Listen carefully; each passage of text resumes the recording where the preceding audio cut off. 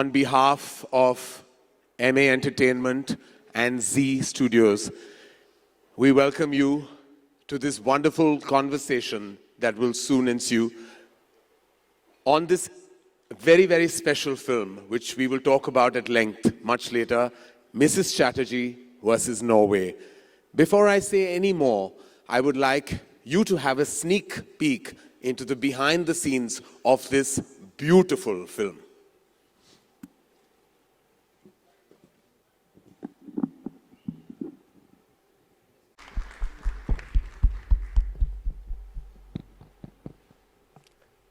ये जरूरी है कहना कि मैं यहां क्या कर रहा हूं और ये यहां मैं क्यों हूं।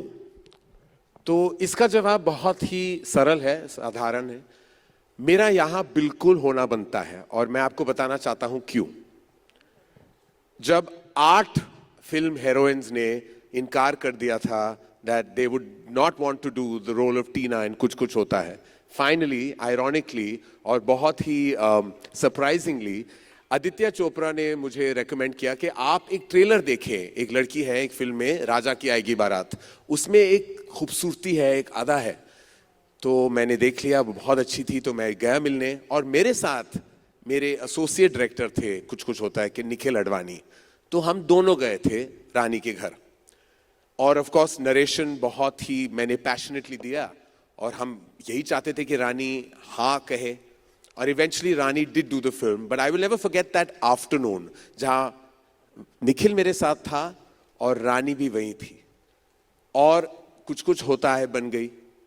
और फिर जब मैं ये पोस्टर देखता हूं जहां नाम है निखिल अडवाणी का, MA एंटरटेनमेंट का, और रानी है इस पोस्टर पे, तो मुझे 25 साल पहले वाली बात याद आ जाती है। And they say that life completes a full circle, it does. दूसरा मेरा कारण, 2 और नाम है निखिल के साथ जुड़े हुए, मधु भोजवानी और मोनिशा अडवाणी जो निखिल की बहन है। अब हम तीनों का क्या रिश्ता है ये जानना भी जरूरी है। हम तीनों एक ही स्कूल गए थे और मैं बहुत गर्व के साथ ये कहना चाहूंगा कि मैं उनसे छोटा हूं और ये हम तीनों बहुत ही एक दूसरे के करीबी हैं और स्कूल, ये हम कह सकते हैं कि हम एक दूसरे को 40 साल से जानते हैं। रानी की शुरुआत इस इंडस्ट्री में ऑफ कोर्स कुछ कुछ होता है से पहले हुई थी, लेकिन मुझे बहुत इमोशनली लगता है कि कुछ कुछ होता है जैसी रानी की पहली फिल्म, और इसीलिए मधु, मोनिशा, निखिल और रानी ने ये खूबसूरत फिल्म जब बनाई तो thankfully they showed it to me first.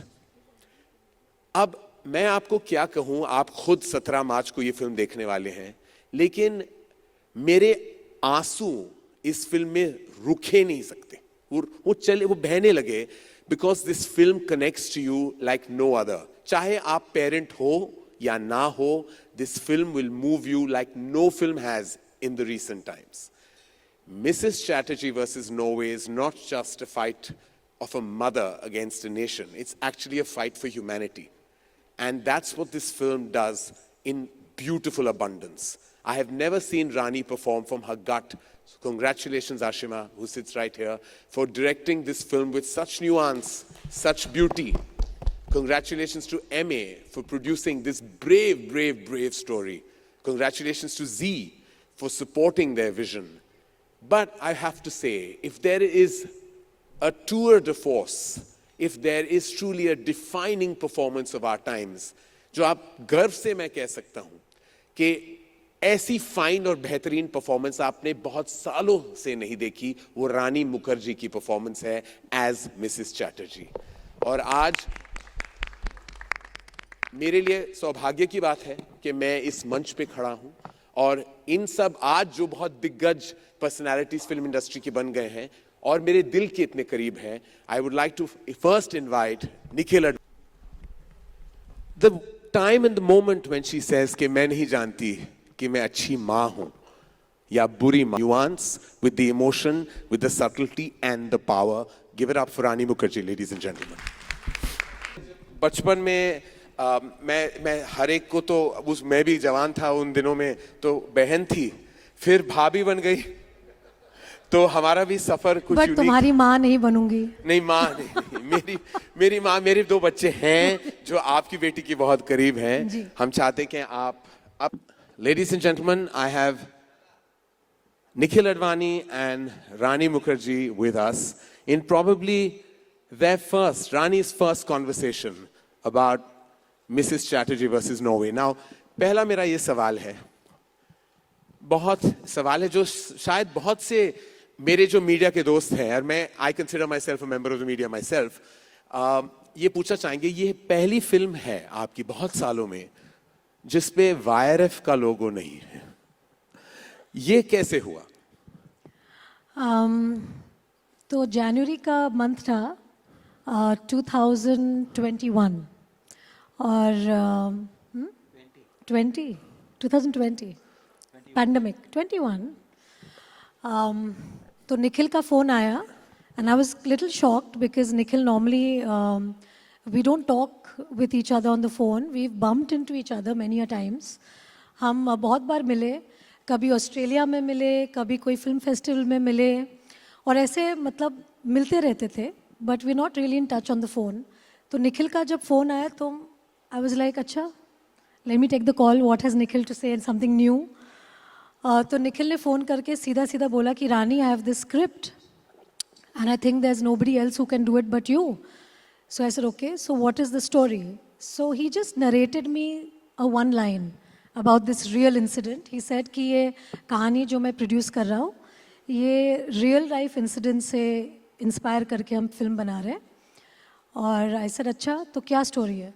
तो जब निखिल ने मुझे जिस्ट बोला कि एक माँ के दोनों बच्चे एक कंट्री के अथॉरिटीज़ ने कॉन्फिस्केट कर लिए हैं, तो मुझे एक्चुअली लगा कि निखिल मजाक कर रहा है। तो मैंने बोला ऐसे कैसे हो सकता है, हो ही नहीं सकता, मतलब what are the basis, charges क्या थे? तो जब उन्होंने चार्जेस बताए तो those were all things that we have grown up with, which is a culture, कि हाथ से खाना खिलाना या साथ में सुलाना बिस्तर पर बच्चों को up to a certain age, फिर काला टीका लगाना। तो ये सब चीज़ें जब निखिल ने मुझे बोला तो मैं काफ़ी शॉक हो गई, और मैंने बोला अच्छा ठीक है निखिल, आप स्क्रिप्ट भेजिए and I will read the script. But मैं इतनी मतलब इमोशनली चार्ज्ड हो गई सुन के, तो after I kept the phone मैंने गूगल करना शुरू कर दिया and I went to the real story. एंड जब मैंने पूरा पढ़ा आई वॉज रियली स्टम्प्ड, और मुझे लगा कि ये फिल्म में किस तरह से स्क्रीन प्ले में बन के आएगा, क्योंकि कभी कभी कहानी अच्छी होती है लेकिन स्क्रीन प्ले फॉर्मेट में एक फ़िल्म में शायद निखर के नहीं आती एक स्टोरी। तो मुझे जानना था कि स्क्रिप्ट कैसी होगी। तो स्क्रिप्ट जब मैंने पढ़ा मुझे स्क्रिप्ट भी अच्छा लग गया। तो मैंने सोचा कि अच्छा ठीक है, मैं निखिल को ज़रा सा तोल मोल के देखती हूँ कि वो कितना मुझे चाहता है फिल्म के लिए। तो मैंने निखिल को बोला कि निखिल देखो, मेरे साथ काम करना आपको बहुत डिफ़िकल्ट होगा, क्योंकि अभी मैं एक माँ हूँ और मैं दूसरे एक्टरों की तरह ज़्यादा घंटे नहीं दे सकती आपको, क्योंकि मेरी जो प्रायोरिटी है वो मेरी बच्ची है। तो आप एज अ प्रोड्यूसर आप शायद वो मतलब झेल नहीं पाएंगे जो मेरे खुद के पति झेलते हैं। तो निखिल ने बोला नहीं नहीं, जो तुम्हारा टाइम है हम उसी टाइम पे काम करेंगे। ऐसा अच्छा, निखिल तो हर चीज़ पे हाँ हाँ बोले जा रहा है, मुझे मौका ही नहीं दे रहा है कि मैं ना बोल सकूं। तो फिर मैंने बोला अच्छा ठीक है, पर तुम मुझे मेरे पति की तरह प्यार दे पाओगे? तो निखिल ने बोला मैं तो कुछ कुछ होता है के टाइम से प्यार करता हूँ। तो बोला ठीक है, तो वो भी ठीक है, तब से भी झेलते ही आ रहा है। तो फिर on a more serious note, I think Nikhil has always stood for quality, like what films that he's produced till now. I think he has a very good reputation in the industry, that he takes up films which, you know, make a difference. And he takes films which have a very hard-hitting subject. And he's not, like he's quite fearless in terms of being a producer. Sometimes you can get into a lot of trouble working in films that are slightly controversial. But Nikhil, I've seen, has never shied away from producing films like that. And I knew that technically he's going to be fantastic. So obviously the way he'll make the film will have a certain quality, it'll have a taste. So for me it was a no-brainer completely. And then, of course, Nikhil said that the director is Ashima. Ashima is somebody who I've seen in YRF for so many years because she's done her first film, Mere Dad Ki Maruti, with Yashraj Films. So I've met her a couple of times, I've bumped into her, and it's always been a very nice chat with her, though I've never worked with her before, and we had nothing in common. But she was always very warm, and she's been always this bright girl that I've seen. And when she decided to become a single parent, she came to see me. And I thought that that was a very brave move from her part, that she decided to become a mom all by herself, which was a very brave thing. And I remember being very proud of her in my heart. And I was like, hats off to this girl for doing something like that. Because being a single parent in a country like Bombay is tough. So I already had a lot of respect for her as a mother, as a girl, as a person who's trying to make it on her own in the city. And when I spoke with Ashima, I realized that she's very, very passionate about this story because she's spoken to Sagarika. She has done so many calls with her. She was very involved with the subject. So I think when a director is so passionate about a story, I think that love translates into the film. So for me, I think it was just that Nikhil, I've known because he was there from the first time I met you, Karan. So for me, it was just an extension of, I would say, dharma.